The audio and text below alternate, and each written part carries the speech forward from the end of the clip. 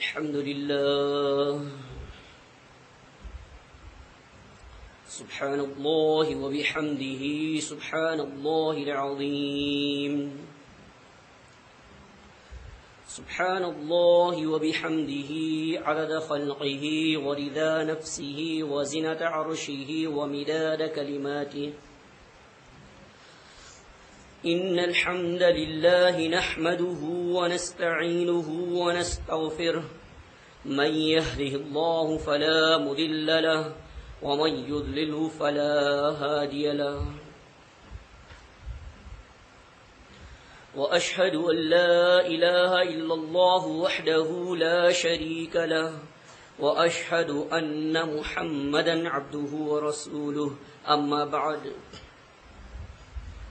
فإن خير الحديث كتاب الله وخير الهدي هدي محمد صلى الله عليه وسلم وشر الأمور محدثاتها وكل محدثة بدعة وكل بدعة ضلالة وكل ضلالة في النار اللهم صل على محمد وعلى آل محمد كما صليت على إبراهيم وعلى آل إبراهيم إنك حميد مجيد اللهم بارك على محمد وعلى آل محمد كما باركت على إبراهيم وعلى آل إبراهيم إنك حميد مجيد أعوذ بالله السميع العليم من الشيطان الرجيم من همزه ونفخه ونفثه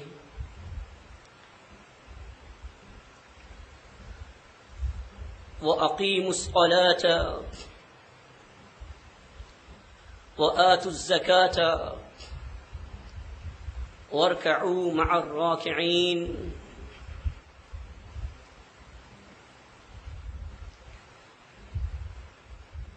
اللہ رب العالمین کے کلام مقدس، کلام بابرکت،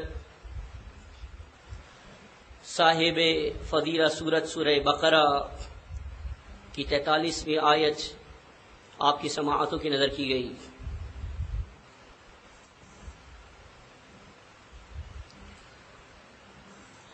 اللہ نے ارشاد فرمایا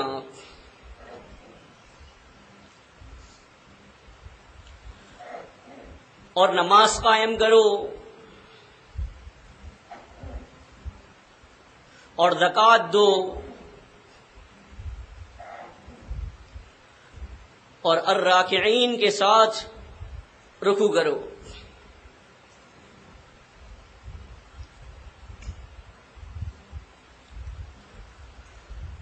آیہ مبارکہ میں اللہ رب العالمین نے 3 امر کے صیغے استعمال کیے ہیں۔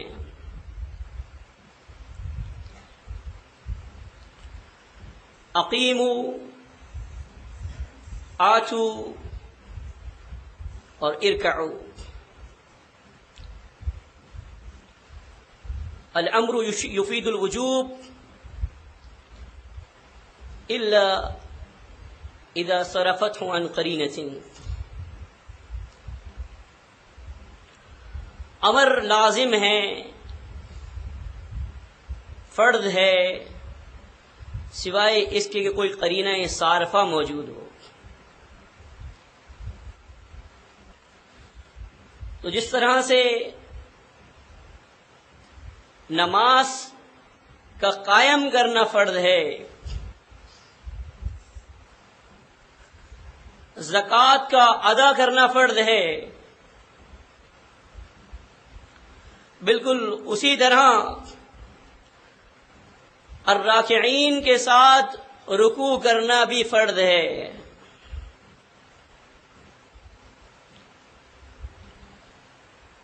یہ وہ کون لوگ ہیں کہ جن کو الراکعین کہا گیا؟ جو لوگ قواعد عربی سے واقف ہیں وہ یہ بات جانتے ہیں کہ جب کسی اس میں نکرہ پر لام تعریف داخل کی جائے تو وہ معرفہ ہو جاتا ہے. یعنی ہر جھکنے والے کے ساتھ آپ نے نہیں جھکنا.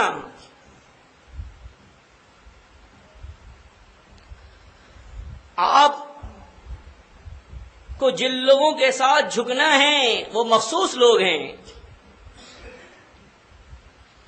کہ جو اللہ کے احکامات کی بجاوری اور محمد الرسول اللہ صلی اللہ علیہ وسلم کی فرما برداری کے لیے اپنے سروں کو خم کر چکے ہیں، اپنے سروں کو جھکا چکے ہیں پہلے ہی، اور انہیں مسلم کہا جاتا ہے. یہ نماز پنجگانہ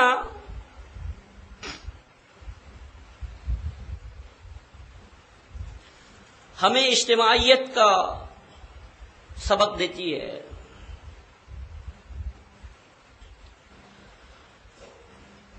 یہ تو تصور ہی نہیں کیا جا سکتا کہ جو تارک صلاۃ ہے وہ مسلم ہیں، یا جو صاحب نصاب ہونے کے باوجود زکوٰۃ ادا نہیں کرتا وہ مسلم ہیں. ایک صاحب نے لکھا، مجھے ابھی پرچہ آیا ایک، کہ کوئی صاحب اس کے بارے میں بتا دیجئے گا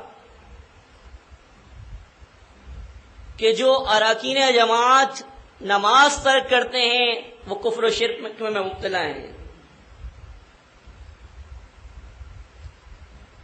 یہ بات جان لیجئے اور اسے اصبر کر لیجئے کہ جو نماز ترک کرتا ہے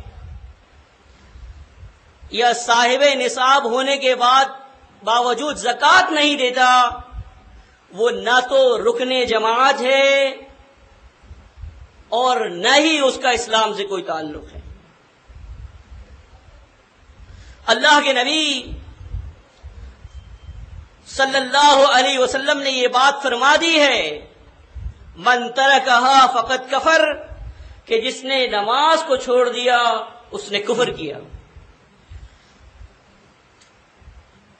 اس کا اسلام سے کوئی تعلق نہیں ہے. میں بات کر رہا ہوں نماز باجماعت کی، اس کی فضیلت کی، اس کی اہمیت کی. جس طرح سے صلاۃ کا قائم کرنا لازم ہے، زکوٰۃ کا ادا کرنا لازم ہے، بالکل اسی طرح سے رکوع کرنے والوں کے ساتھ رکوع کرنا بھی لازم ہے. اور لزوم جماعہ اور لزوم امامہ کا اولین مقصد یہ ہے کہ جب مسلمین کا امام اللہ کی عظمت اور اس کی رفعت کے لیے اللہ اکبر کہہ رہا ہو تو اس کے ساتھ اللہ اکبر کہا جائے.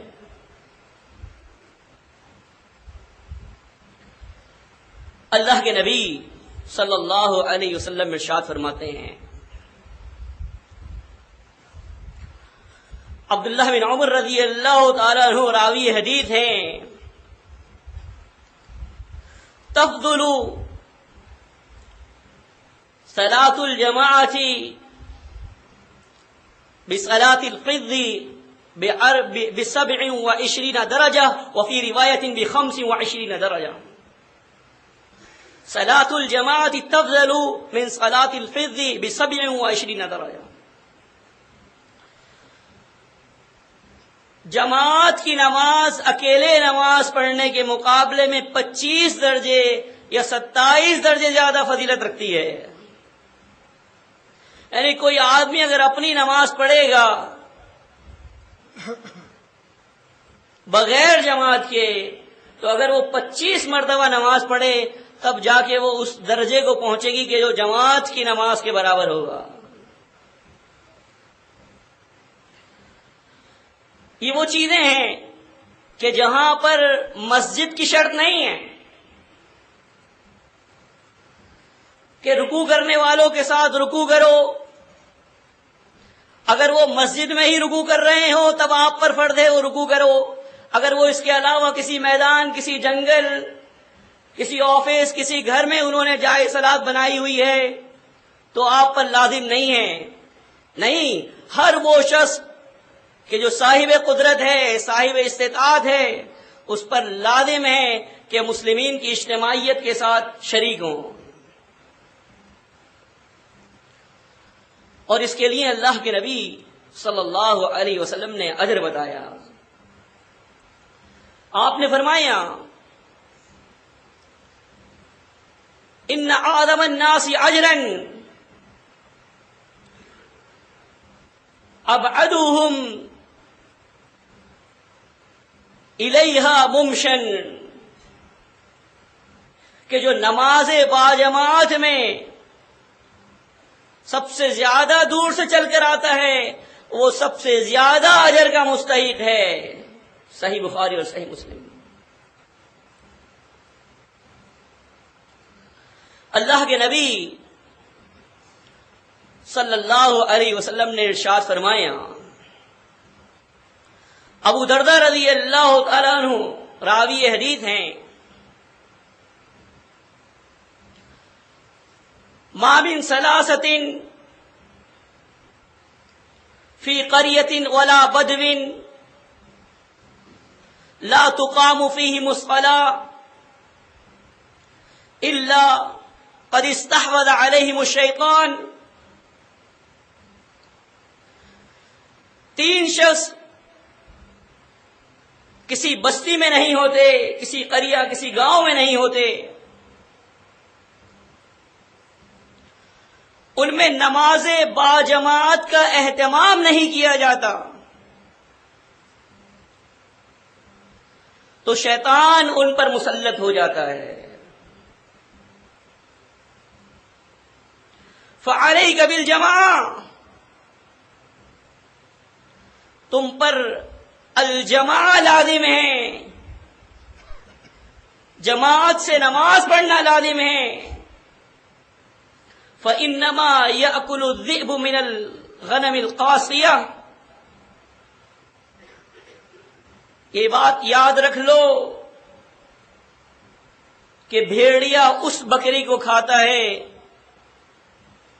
کہ جو ریوڑ سے الگ ہو جاتی ہے۔ الغرض جو لوگ کسی بستی میں ہیں، تین مسلم، اور وہ نماز باجماعت کا اہتمام نہیں کرتے، تو وہ یہ بات جان لیں کہ صادق اور مصدوق محمد الرسول اللہ صلی اللہ علیہ وسلم کے قول کے مطابق ان پر شیطان کا تسلط ہے، ان پر شیطان کا غلبہ ہے، وہ شیطان کے زیر اثر ہیں۔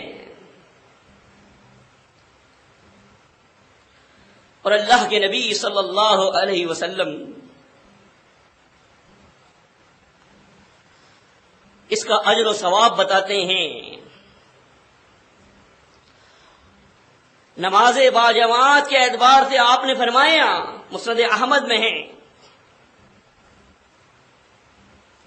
حسن سند کے ساتھ، من خرج من بیتہ متطہرا الی صلاۃ مکتوبۃ،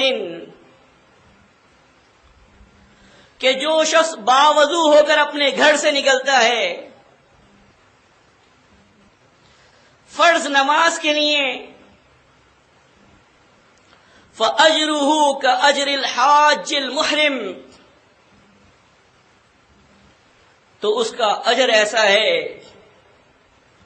کہ جیسے اس شخص کا اجر ہے کہ جو احرام باندھا ہوا ہے حالت حج میں، یعنی جو حاجی احرام باندھا ہوا ہے جس قدر اس کا اجر ہے، اسی طرح اس شخص کا اجر ہے جو گھر سے باوضو ہو کر کسی فرض نماز کی جانب نکلتا ہے۔ صحیح مسلم میں ہے، حضرت عثمان بن عفان رضی اللہ تعالیٰ عنہ راوی حدیث ہیں، قال رسول اللہ صلی اللہ علیہ وسلم من صلی العشاء فی جماعت فکأنما قام نصف لیل. جس شخص نے عشاء کی نماز با جماعت ادا کی تو گویا اس نے نصف رات، آدھی رات قیام کیا. ومن صلی الصبح فی جماعت فکأنما قام اللیل کلہ. اور جس شخص نے صبح کی نماز بھی، فجر کی نماز بھی با جماعت ادا کر لی تو گویا کہ وہ پوری رات قیام میں رہا. اور فجر اور عشاء کی نماز یہ وہ دو نمازیں ہیں کہ جن کے بارے میں اللہ کے رسول صلی اللہ علیہ وسلم فرماتے ہیں اثقل الصلاة علی المنافقین، منافقین پر سب سے زیادہ جو نمازیں بھاری پڑتی ہیں. منافقین بھی وہ لوگ تھے کہ جو نماز با جماعت سے الگ نہیں رہتے تھے، آتے تھے. یعنی جماعت سے نماز کا تصور تھا ہی نہیں کہ کوئی شخص نہ پڑھے. منافقین بھی جماعت کی نماز میں شریک ہوتے تھے. ہاں ایک بات تھی کہ یہ وہ دو نمازیں تھیں، فجر اور عشاء کی نماز، کہ جو منافقین پر بہت زیادہ بھاری گزرتی تھیں. اور اللہ کے نبی صلی اللہ علیہ وسلم آپ نے نماز پڑھائی. ابی بن کعب رضی اللہ تعالیٰ عنہ راوی حدیث ہیں صلی بنا رسول اللہ صلی اللہ علیہ وسلم صلاۃ الصبح. اللہ کے نبی صلی اللہ علیہ وسلم نے ہمیں فجر کی نماز پڑھائی.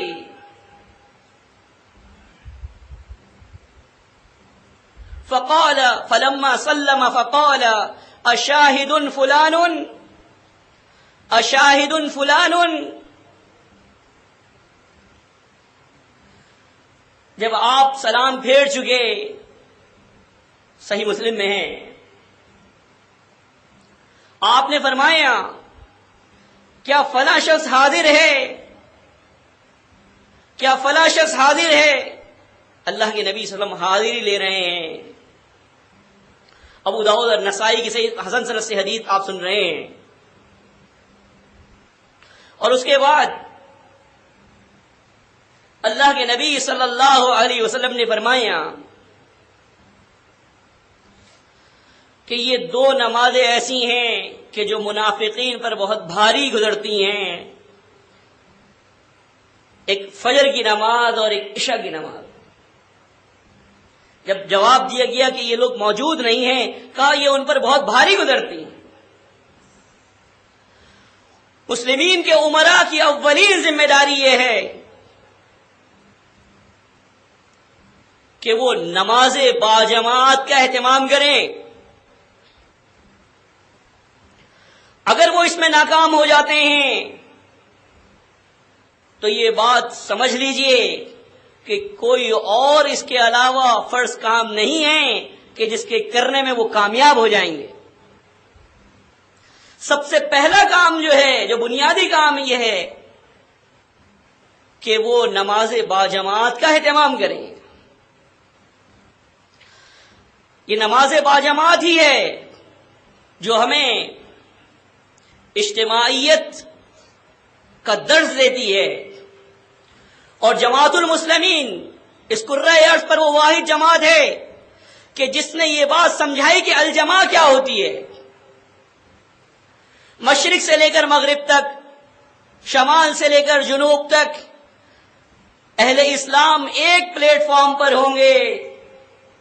ان میں کسی قسم کی تفریق نہیں ہوگی، رنگ و نسل کے اعتبار سے، کسی قسم کی صوبہ پرستی کے اعتبار سے، یا وطن پرستی یا ملک پرستی کے اعتبار سے یا مذہب پرستی یا فرقہ پرستی کے اعتبار سے وہ ایک ہوں گے.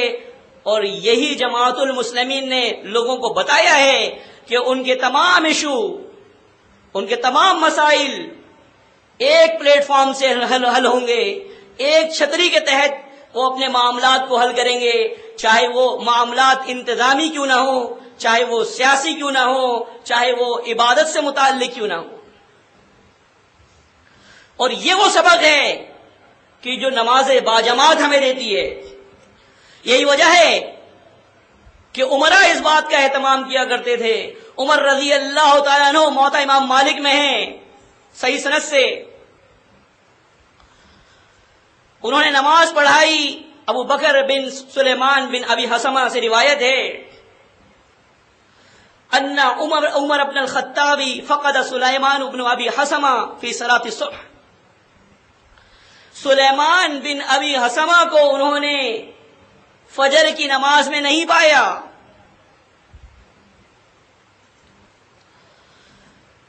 جب نماز سے فارغ ہوتے ان کا یہ معمول تھا غدا الی السوق ومسکن سلیمان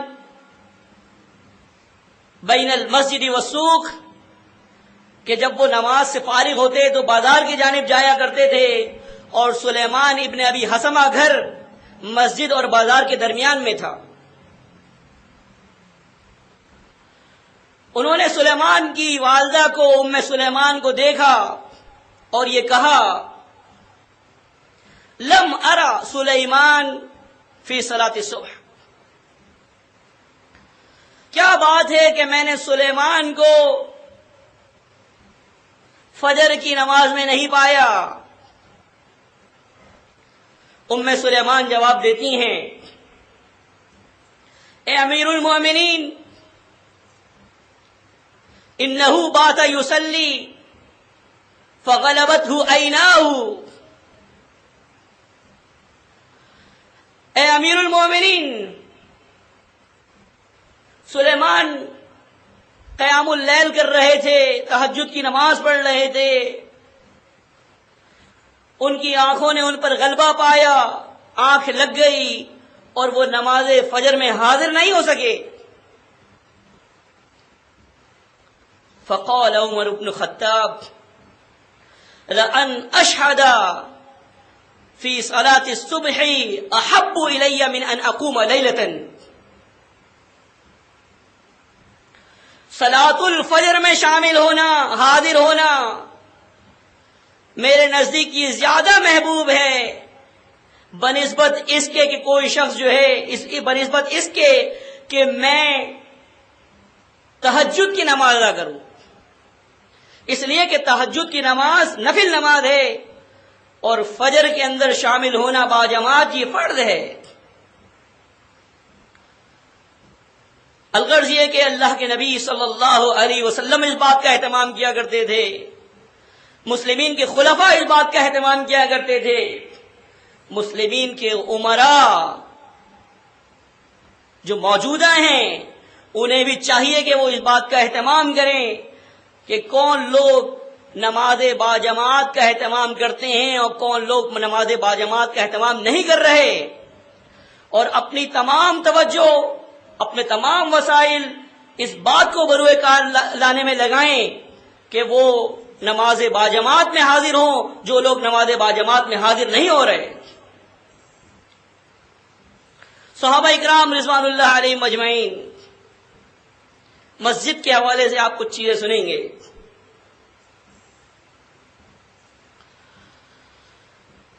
اللہ کے نبی صلی اللہ علیہ وسلم صحابہ اکرام کو فضیلت بیان کر رہے ہیں مساجد کی، صحیح بخاری اور صحیح مسلم. احب البلاد الی اللہ مساجدها وابغض البلاد الی اللہ اسواقها. اللہ کے نزدیک سب سے پسندیدہ جگہیں وہ ہیں جو اللہ کے گھر ہیں، اللہ کی مساجد ہیں، اور اللہ جن چیزوں سے بغض رکھتا ہے، جن چیزوں کو ناپسند کرتا ہے، جن جگہوں کو وہ جگہیں ہیں کہ جن کو بازار کہا جاتا ہے. اللہ کے نبی صلی اللہ علیہ وسلم ارشاد فرماتے ہیں من غدا الى المسجد او راح اعد اللہ نزلہ کلما غدا او راح. جو شخص صبح کے وقت مسجد کی طرف چلتا ہے اور نماز میں شامل ہوتا ہے، یا جو شخص شام کے وقت مسجد کی طرف چلتا ہے، اللہ جنت میں ہر صبح اور شام اس کی مہمان نوازی کرے گا. آپ کیا کوئی مہمان آتا ہے آپ اس کی مہمان نوازی کرتے ہیں؟ تو کیا ان لوگوں سے کوئی بہتر ہو سکتا ہے کہ جن کی مہمان نوازی کرنے والا اللہ رب العالمین ہو؟ اللہ کے نبی صلی اللہ علیہ وسلم کے دور اقدس میں جابر رضی اللہ تعالیٰ عنہ بیان کرتے ہیں، صحیح مسلم کی حدیث، خلت البقاء حول المسجد،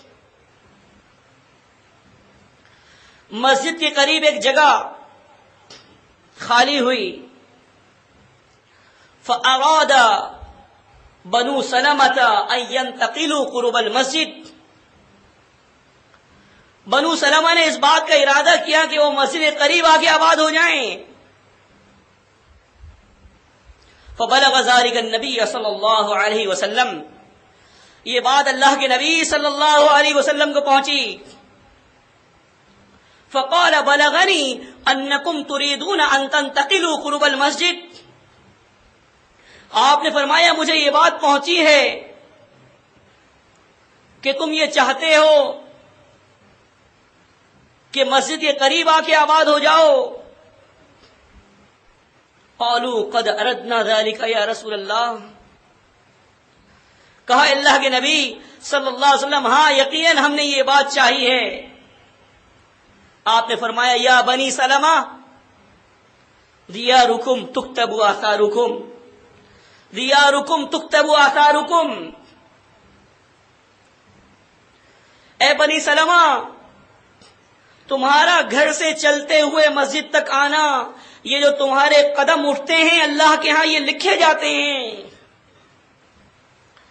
اے بنو سلمہ تمہارے وہ قدم جو مسجد کے لیے اٹھتے ہیں اللہ کے ہاں لکھے جاتے ہیں. انہوں نے کہا اب ہمیں یہ بات پسند نہ ہوئی کہ ہم قریب آ کے مسجد کے آباد ہو جائیں، ہمیں یہی بات پسند ہوئی کہ ہم دور رہیں اور دور سے چلتے ہوئے مسجد کی جانب آئیں. اور اللہ کے نبی صلی اللہ علیہ وسلم نے ارشاد فرمایا، ترمذی میں صحیح سند سے حدیث ہے، بشر المشائین فی الظلم الى المساجد بالنور التام یوم القیامہ.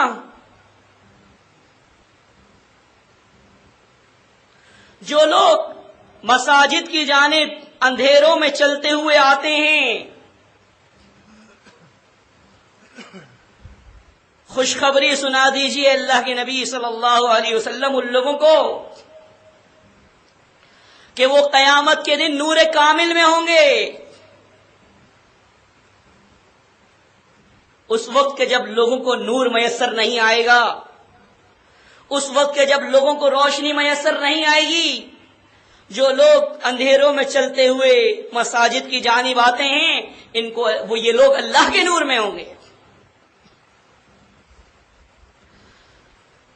اللہ کے نبی صلی اللہ علیہ وسلم فرماتے ہیں، صحیح بخاری اور صحیح مسلم کی حدیث ہے،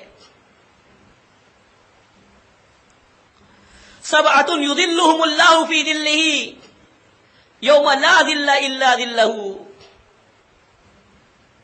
7 آدمی اس وقت اللہ کے سائے میں ہوں گے کہ جب اللہ کے سائے کے علاوہ کوئی اور سایہ میسر نہیں آئے گا. ان 7 آدمیوں میں ایک شخص وہ بھی ہے، وَرَجُلٌ مُعَلَّقٌ قَلْبُهُ فِي الْمَسْجِدِ، کہ جس کا دل مسجد میں اٹکا رہتا ہے، ایک نماز کے بعد دوسری نماز کی فکر، اس کے ادا کرنے کے بعد تیسری نماز کی فکر، الغرض یہ کہ یہ 5 وقتہ نمازوں کی فکر، اور مسجد میں اس کا دل اٹکا رہتا ہے۔ اذا خرج منہ حتی یعود، جب وہ مسجد سے نکلتا ہے یہاں تک کہ وہ واپس لوٹ آ جائے، اس کا دل مسجد میں لٹکا رہتا ہے۔ یہ وہ شخص ہے کہ جو اس وقت اللہ کے سائے میں ہوگا جب اللہ کے سائے کے علاوہ کوئی اور سایہ میسر نہیں آئے گا۔ ترمذی میں ہے، اللہ کے نبی صلی اللہ علیہ وسلم نے ارشاد فرمایا، صحیح سند سے حدیث ہے، اذا رأيتم الذين يعتادوا المساجد او يتعاهدوا المساجد، جب تم ان لوگوں کو دیکھو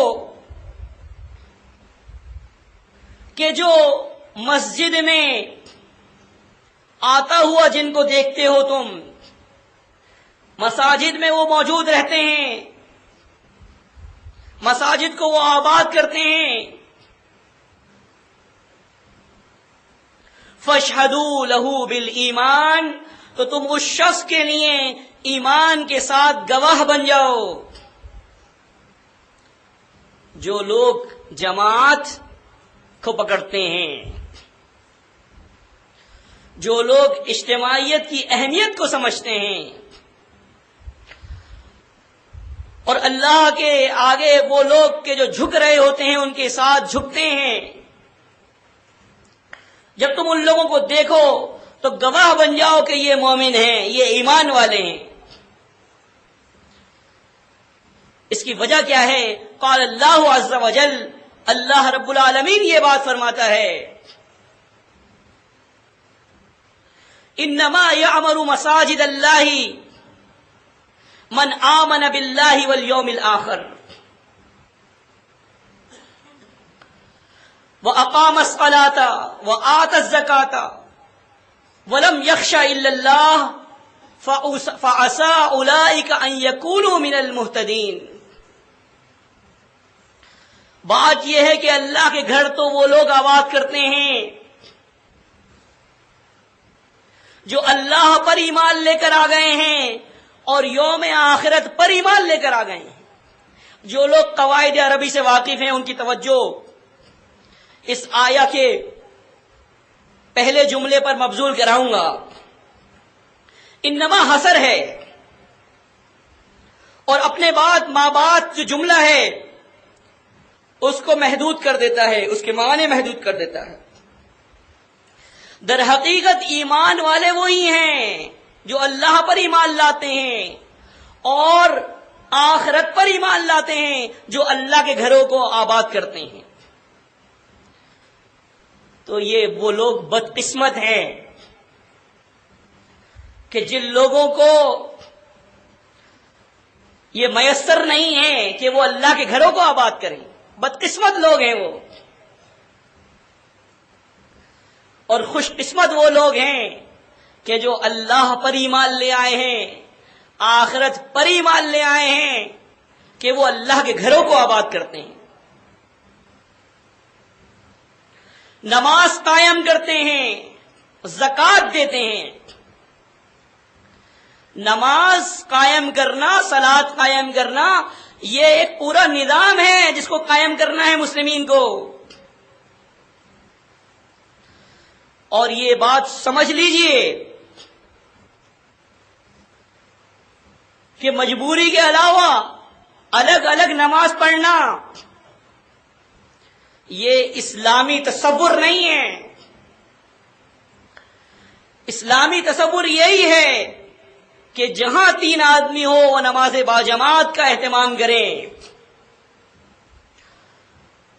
اور بعض لوگوں نے رخصت چاہی اس چیز سے۔ آپ جانتے ہیں کن لوگوں نے رخصت چاہی؟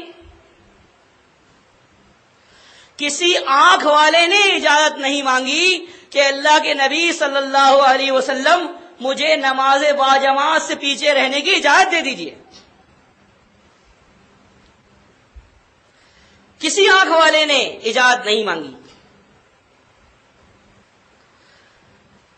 صحیح مسلم میں ہے اتى رجل اعمى الى النبی صلی اللہ علیہ وسلم. ایک نابینا صحابی اللہ کے نبی صلی اللہ علیہ وسلم کے پاس آئے. آپ سے کہا کہ اللہ کے نبی لیس لی قائد یقودنی الی المسجد. میرے پاس کوئی رہنما نہیں ہوتا، کوئی قائد نہیں ہوتا، کوئی معاون نہیں ہوتا کہ وہ مجھے مسجد تک لے جائے.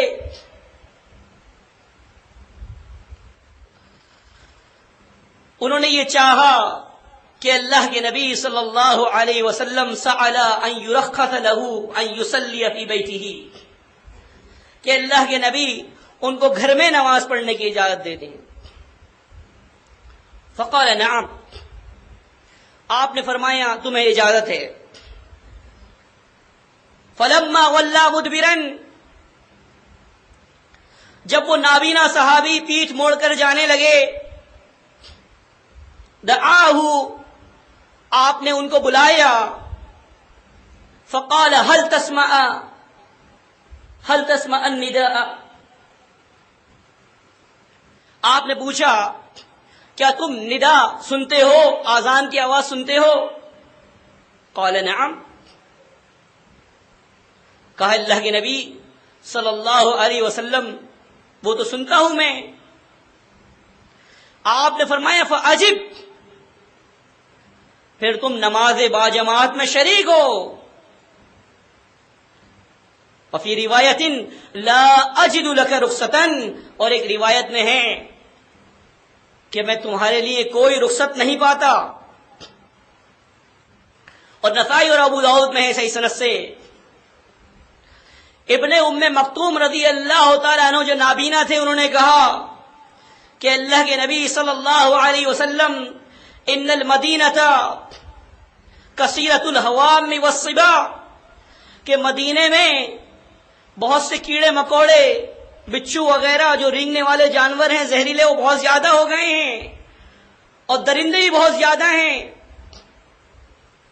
تو اللہ کے نبی صلی اللہ علیہ وسلم میں نماز باجماعت میں حاضر نہیں ہو سکتا، تو کیا آپ مجھے رخصت دیتے ہیں کہ میں شریک نہ ہوں؟ آپ نے فرمایا هل تسمع حي على الصلاة حي على الفلاح، اے ابن ام مکتوم کیا تم حي على الصلاة حي على الفلاح کی آواز سنتے ہو؟ قال نعم، انہوں نے کہا ہاں اللہ کے نبی صلی اللہ علیہ وسلم سنتا ہوں. آپ نے فرمایا فحي اللہ، تمہیں چاہیے کہ تم لازم شریک ہو. کن لوگوں نے اجازت مانگی؟ ان لوگوں نے کہ جو نابینا تھے، کسی آنکھ والے نے اجازت نہیں مانگی. اور اللہ کے نبی صلی اللہ علیہ وسلم نے نابینا لوگوں کو بھی رخصت نہیں دی، اس لیے کہ وہ آذان کی آواز سن رہے تھے. اور دارالقطنی میں ہے حسن سند سے اللہ کے نبی صلی اللہ علیہ وسلم نے ارشاد فرمایا من سمع النداء، جو شخص ندا کی آواز سنتا ہے، فلم یمنعہ من اتباعہ عذر، اور اسے آنے میں کسی قسم کا کوئی عذر نہیں ہے.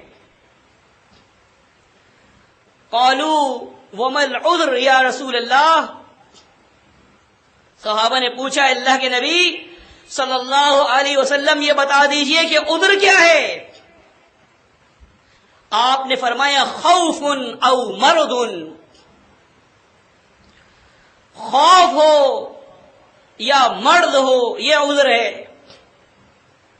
فلم یمنعہ من اتباع عذر لم تقبل صلاته التي صلى، تو وہ نماز جو اپنے گھر میں پڑھ لیتا ہے، وہ اذان کی آواز سننے کے باوجود وہ اس کی نماز قبول نہیں ہوتی.